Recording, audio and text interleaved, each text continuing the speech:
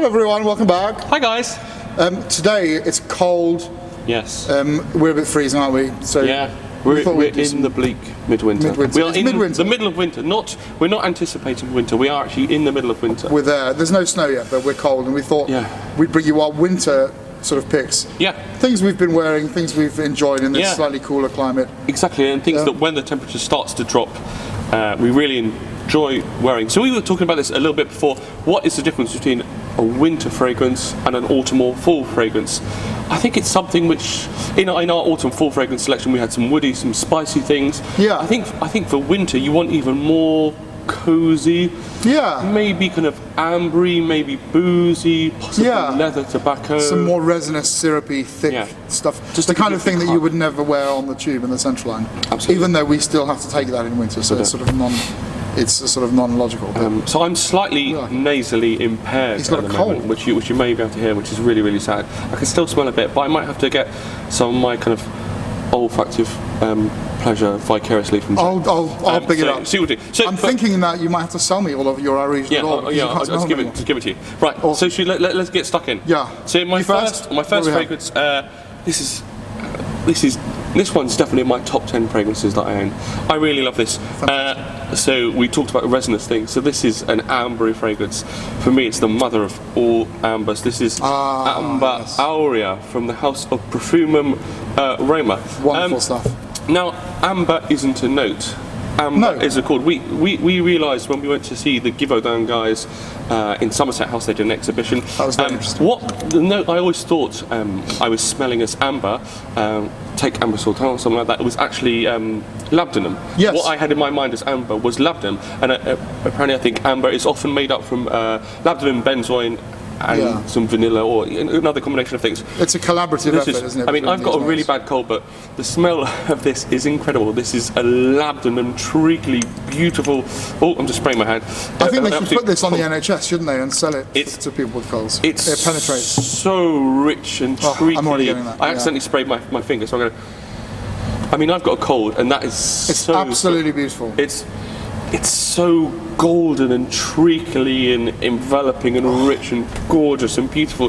I've forgotten all about the other thing. I've got it on my finger now, and this stuff lasts forever. You're screwed. I'm not talking about hours. I'm not talking about days. If you get it on your clothes, I remember getting on my. I had a shower in the evening. I went to spray it on myself. I got it on my dressing gown. The dressing gown was hanging on my bedroom door.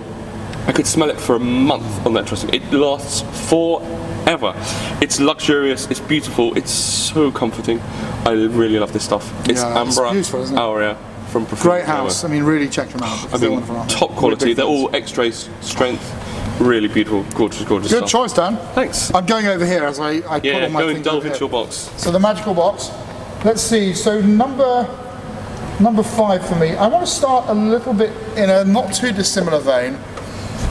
Something that for me is buttery and toasty and ambery, with a bit of spice, a little bit of skank, but not too much.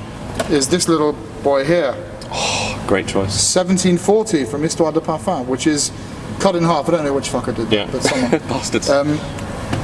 So for me, I mean, so this is the Marquis de Sade. This is Marquis de Sade, who was a very bad man. He was a very naughty man. And this smells of bad and naughty things. It basically smells of anything that you can find illegal to do sexually. Cumin, leather, kind of. Yeah. And immortelle, this so-called curry flower, which is. I don't get the sort of curry thing necessarily, but I do get a sort of slightly dark, clovey spice going on. I've got a cold at the moment. I can smell that really well. It still cuts through, doesn't it? There's booze to this as well. Oh, and you know, the booziness and the sort of stewed fruit aspects, coupled with this little sort of warm ambery thing that just goes on all day. It's beautiful. I didn't include this, but I'm gonna have to go home and spray it because it's so good. I've not worn it for a while, but I've worn this a little bit recently, but I'd sort of forgotten it and put it away. And I'd been wearing a couple of other things from them. I'd been wearing 1725, completely different, which I really like, and I've got a big bottle of petroleum, like a tester bottle. Great as well. But this was the first thing I ever bought from. Yeah, me too. I think it's beautiful. Great stuff. 1740. Marquis de Sade. A long time ago. He did naughty things. It smells of naughty things. Dirty bastard. But in the best possible way. Right now, I I'm not a gourmand lover. If No. you've seen our videos, I do not love gourmands, but 2 of my 5 selections are gourmands. So you've been persuaded. I will say they are 2 of the darkest gourmands I've ever encountered. The first one is one, if you've seen our videos before, I've mentioned several times, but I love it. It's probably of the 5, it's the one I've been wearing the most this winter, and I'm going to wear it all the time because I love it. I'm probably going to need a new bottle for next winter. I'll get it for Christmas. This is Turkish leather from the house of Pryn Parfum.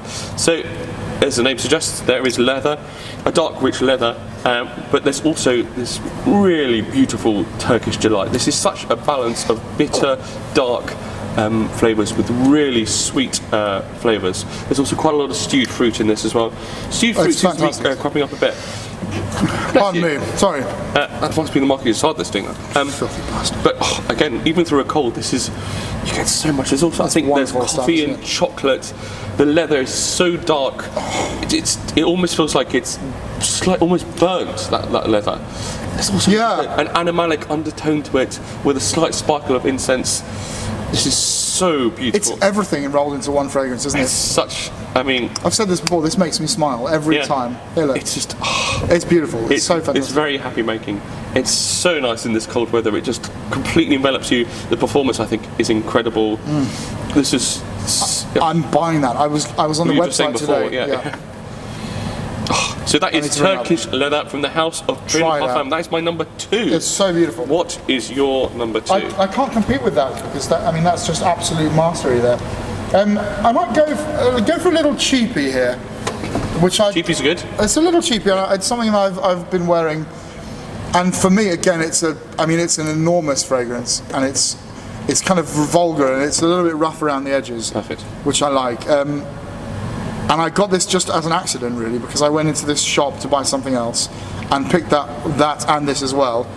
And it is this thing. I don't know if I've made you smell this before. No, I don't think. How exciting. So that's Oud Al Junaid from Junaid Jamshed, who do the wonderful Oud Kadim. Yeah, I've not smelled this before. It's an absolute beast of a fragrance, and give that a spritz, my man.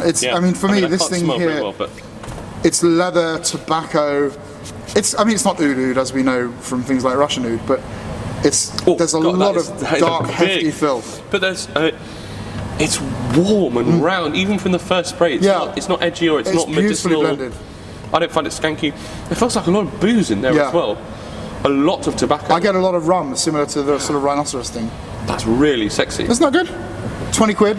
That's amazing. Oud Al Junaid. And I mean, again, it changes over the course of the day. It's an absolute monster. And I mean, sadly, poor Junaid Jamshed died last year in a plane crash. But the fragrances live on. The shop is there. Yeah. Get yourself down to Manchester. Or that's amazing. You can look online, I guess. I've not tried that. Yeah. But I get this wonderful dark resinous. Quite a lot. I get a lot of tobacco as well. Yeah. To start with that. There's a big dose of tobacco. But it's also pipe tobacco and a little bit ashy as well. Yeah. I sort of get kind of like almost kind of cherry tobacco, but there's a bit. It's a sort of it's almost like pure Havana, but without the sweetness of pure Havana. Yeah. It's on the darker edge. It's more. And there's a hint of kind of. It's 20 years older. I think it's difficult because I've now got amber arrow on my hand. I'm thinking, oh, there's lavender. That's just that hand. I'll put this hand away. Yeah.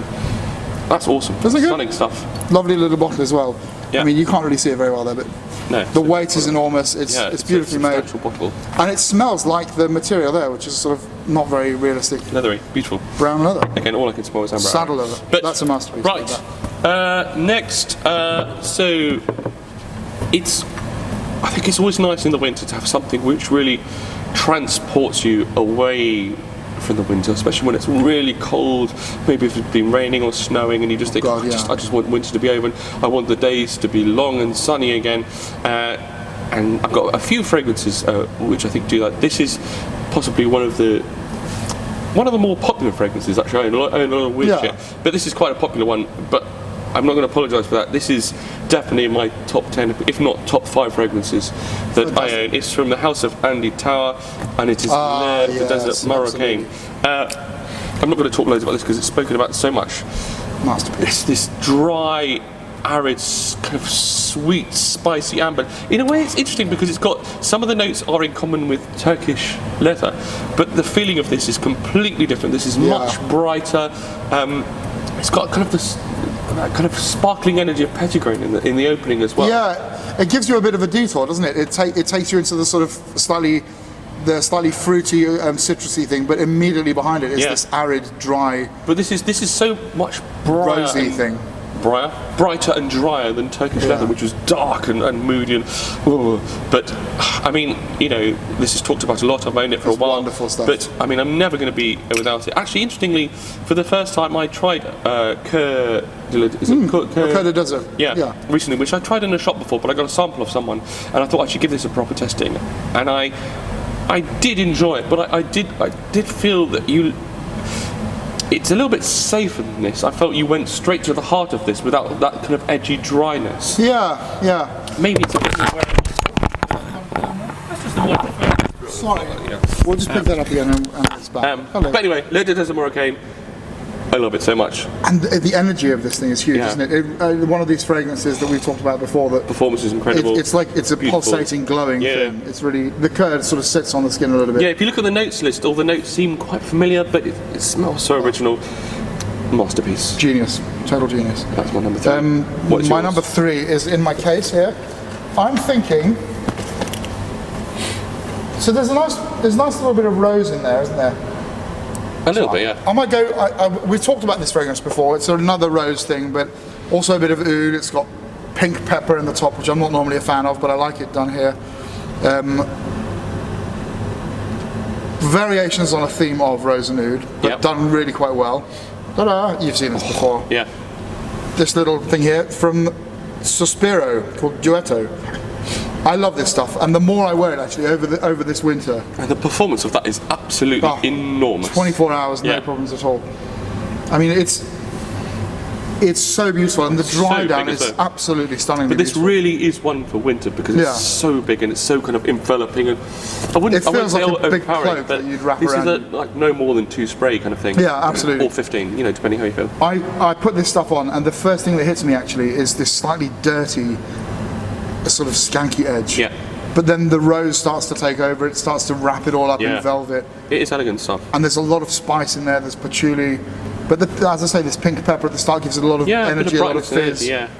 It's lovely. I mean, the bottle. I don't like the bottle at all. I have to say, it's a little velvety but it's so beautiful. Yeah. And rose ouds, there are millions of them, but I stick with this one because I do enjoy it.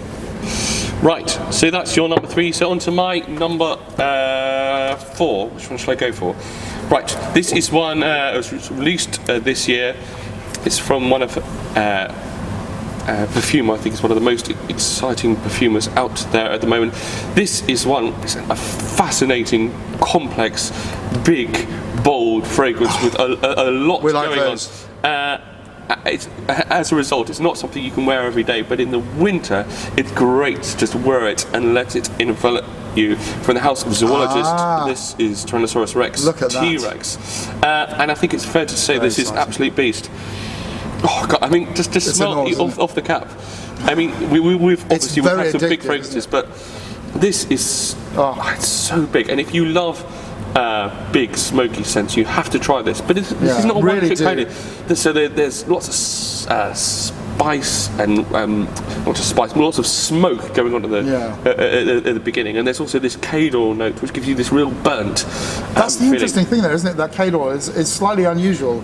But it's not just empty smoke. It's smoke with some substance behind it. And the more I wear this, and the more I kind of smell it, and I guess you would say kind of study it, is the kind of floral heart. There's this really dense canopy of lots of flowers going on, kind of champaco, load of things in the middle, which you can often overlook because the beginning is so big and bombastic. Yeah. But this is also beautiful and nuanced. It's, I mean, please do not sample this, have one spray and go, oh, I don't like it. No. You need to give this a chance. Don't smell yourself for a while. This is really beautiful, especially on a cold day. I love it. It's so interesting. And it's one that when I'm wearing it, I will keep sniffing it all the time. Really, really interesting, fascinating, amazing. From Antonio Gardoni, got his name right? And we should mention, I mean, this guy is an architect, and he's he's somehow a genius perfumer as well. And this beautiful extraordinary things. Awesome. So that was my number 4, a big hitter. Cheers. I'm scared of dinosaurs, but I could buy that one. Keep it in a bottle, then it'll be fine. So my number 2 This is a slightly odd choice. It's slightly something I never really wore very much until again this year. I'd been craving it. The original has been watered down so much and has been reformulated, and it's lost an essential component of its character. And I think this version, which came out later, has tried to sort of restore some of that. It's discontinued fragrance, but it's still out there. You can still get it. And for me, it was a Christmas fragrance. The original was a Christmas fragrance. It was a winter fragrance. And this thing seeks to redress the balance. Oh. The little Fahrenheit Absolute. What a masterpiece. I love this stuff. Can I have a squirt? Go for it. So, the original lost a lot of its gassy petroleum aspects. And this thing's still got a lot of that violet leaf as well. Yeah, it's big violet. They've ramped up the violet, they've ramped up the myrrh. And I think it's closer to the original Fahrenheit than really good, the current Fahrenheit, anyway. I've not smelt this Absolute for ages. It's good, isn't it? And a bit of cumin in there as well. Oh, that is a big bold. I mean, it's a shame that there are so few designer releases which was big and as brave and as interesting as that, because that is incredible. That, you know, that's up there with a lot of these much more expensive niche things we've been talking about. That's what I was thinking actually. If you put a different label on that bottle, people would pay. Well, now you're paying a hefty price tag for this because it's discontinued, but you know, it's such a balance of florals and the resin, isn't it? The way the floral it's so elegantly done. Really interesting. It just segues smoothly. Yeah. Well, this is the violet leaf that originally was in Fahrenheit. It was a big obnoxious thing. It was almost like you'd opened a gas pipe or something and just let it leak into the air. It was a really diffuse sort of violet that hit you and sort of blinded you to everything else. And then underneath came the myrrh and this sort of petrol note that I always loved in Fahrenheit. If you can get hold of the original Fahrenheit now, I'd say I've never smelt it. The original, sadly. It was so beautiful. Well, I mean, maybe I smelt it a bit at the time, but you know, I'd love to smell it again. This is as close as I've found with Fahrenheit. Amazing. And this bottle is like 10 years old, so it's just been sat there. I mean, I've worn a fair old bit, haven't I? But I can't see how much is in there. You can't really see it, but you probably had over a third. There's a bit in there. And it's just sort of, what do you call it, macerating? Yeah, macerating, yeah. It's doing that, macerating. Amazing. Not to be confused with masticating. Yeah. Which is chewing. Yeah, or masturbating, which is... anyway, but so, yeah, God, good choices. Okay, my last one. So I'm going with another gourmand, my second gourmand. Yes, you're liking these gourmands. You know, I'm maybe using the term gourmand loosely. So it is that this smells of, I get a lot of chocolate and caramel, kind of salted caramel, but... I like the sound. Yeah, fundamentally this is an enormous oud fragrance. So it's from the house of Areej Le Dore. This is Russian oud. I don't even really need to spray this, because if I just, it's got a kind of a cork stopper, which kind of absorbs, it's got this great little kind of woody cork stopper. It's really nice, isn't it? Which, I mean, if you just smell that, it's absolutely extraordinary, and it's more when you smell fragrances like this that when we use the term oud. I find it so wonderful. It's so much of kind of Western perfume oud wood or something like that by Tom Ford. Yeah. It doesn't give you any kind of glimpses of the complexity of the, you know, what oud can be here. I mean, there's also musk in this. It's so sexy, really it's so chocolatey, caramelly, it's so thick and it's so enveloping. This is one which I just keep smelling and smelling and smelling on myself. Yeah.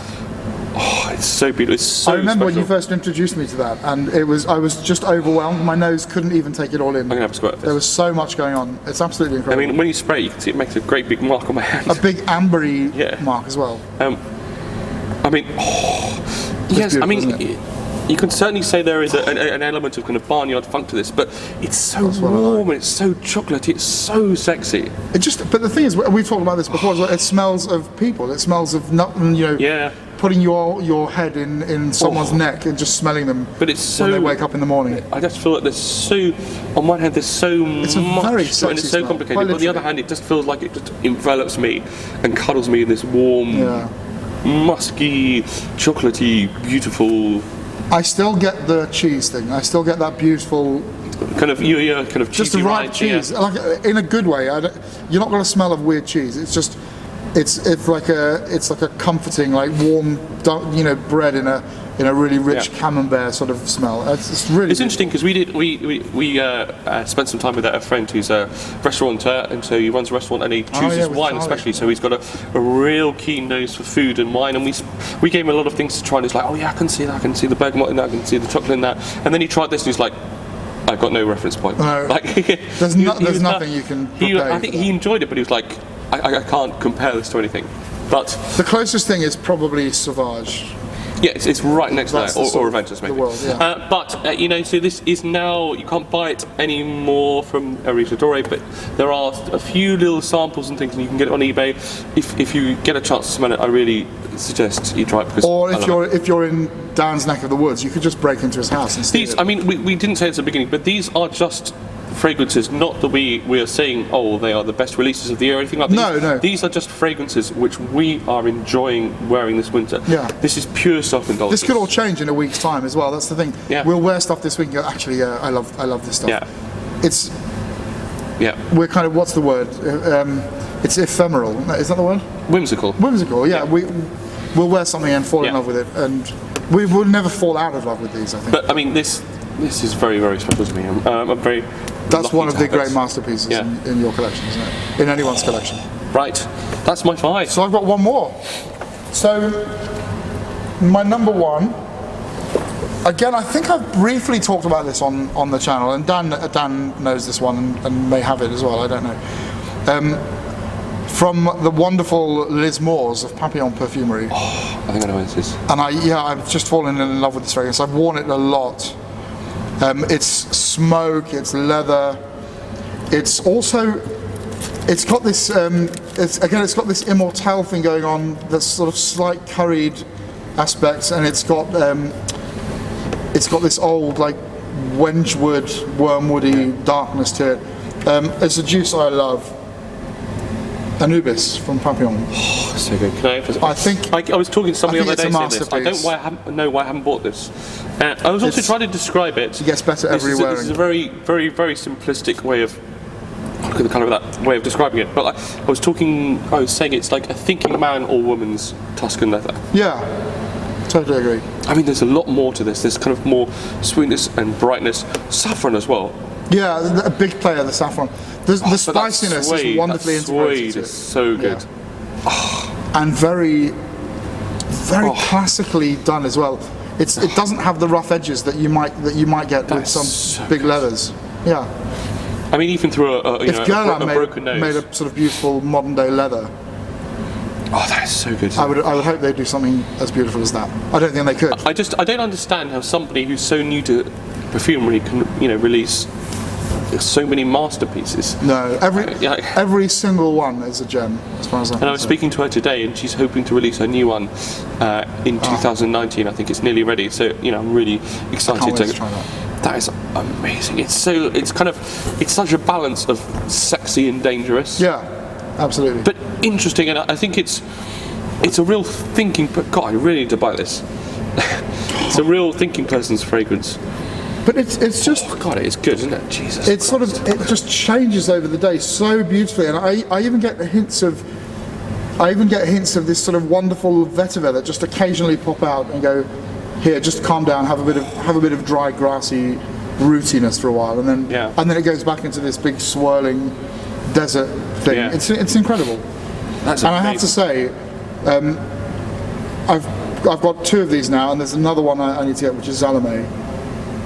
And I can't imagine a more perfect trio of fragrances from one perfumer of such invention, B, of such great value. But you could also have something like quality of the ingredients. So what are they? They're about the prices do vary. 130, 120. Yeah, I think we're talking pounds for 150 ml. They do vary a bit based on the fragrances because the ingredients cost different things. Yeah. But I just need to stop fanning around and buy this. Get it, honestly. Okay, so we're not very good with numbers. So I did bring one honourable mention, which I didn't include because I put in T-Rex. This fragrance is kind of in the same category, sort of. Okay. In that it's a real smoky, intense, fiery fragrance. This one is different. This isn't dinosaurs. This is a nautical battle. This is the Battle of Trafalgar. This is 1805 by Beaufort, now called Tonnerre. This is an enormous, explosive fragrance. You've got gunpowder, you've got lime, which they would have been eating to ward off scurvy. You've got lots of rum. You've got sea salt, loads of smoke. You've got a bit of blood. This is really a kind of tumultuous fragrance. It's absolutely first one I'd ever enormous. smelled from the house, I think. I would say actually of the 5 I've got, and the reason I didn't include it in my kind of top 5, it's just outside it. I think it's the most challenging, but this is the time of year to wear it. Yeah, absolutely. When you can go out on a freezing cold day, and you're so numb that it actually takes your body a while to warm up, and for the fragrance to start doing its thing. It'll be with you all day. It'll give you waves of comfort and interest as well. People do describe this as challenging, but if you've got an interest as fragrances, as telling stories, as creating pictures, as art, then I think you have to try this. It's the first time I tried, I was like, yes, this is what the Button Trafalgar smells like. And also, there are some people. I've gotten a conversation online with people about this. Lots of people said, it's really interesting, but I could never actually wear it day to day. There were 2 people in the conversation that said, actually, this is my favourite scent in the world. If I could have nothing else, it would be this. They were both women. Yeah, that's interesting, isn't it? So if you're thinking, oh, this is just like a manly, over-the-top scent, it's not. It's for people who are really interested in really creative perfume. It is 1805 Eau Tonnerre from Beaufort. That's my sort of honourable mention. I like that. I've got one honourable mention as well. Sorry, yes, so we're not very good with top 10s. So Tench men, I think. Oh dear, I dropped something there. That's throw it on the floor. It's fine. It's only perfume. So this, and again, I'm not on camera here. Hello. I wear this, but it just didn't quite make the edge because I've had it for a while now and I've enjoyed it. And I've not been reaching for it as much as I might, but for me it is a staple of winter. Another leather. I love my leathers, and I love my traditional things as well. This is a wonderful combo here. Is this little bad boy here, which Dan and I both have talked about and enjoyed for a long time. Benchmark. Yeah. So, I mean, beautiful. You smell that a lot, haven't you? But classical back of a Rolls Royce leather seats. Well, I still think this thing was when the leather I imagine this is when you go bowling and you get a pair of brand new bowling shoes, kind of freshly uncracked. That's the kind of leather I imagine with this. There's also quite a lot of florals in this, which some people find they find it possibly makes it a little bit dated, but I would say classic. I mean, this thing is 1924, and it just takes you back in time to this is from Vienna, so it's actually from a tailor's. This was very much the sartorial of its day, I would say. It's from a gentleman's workshop. Knize 10. Yeah, sorry, Knize 10. We haven't said what it is. It's Knize 10. And it's. I'll put it up here. That little floral thing you get with it, and the carnation, I find absolutely beautiful. And then it just settles into this absolutely seamless suede leather. Yeah. I think it's beautiful. And as Luca Turin rightly points out, the only pre-Second World War leather fragrance still being made today. I did not know that. Yeah. Discounting. What is it? Guidarusi. By Chanel, which is primarily an iris fragrance. So, anyway, it's a survivor. So that's our 10/12 winter fragrance selection. Some big, really kind of engulfing, beautiful, comforting, leathery, ambery, resinousy things. Comment below. Let us know if you like these, if you hate these, what you're going to be wearing, what you look for in a winter fragrance. But until next time, happy sniffing. Stay warm.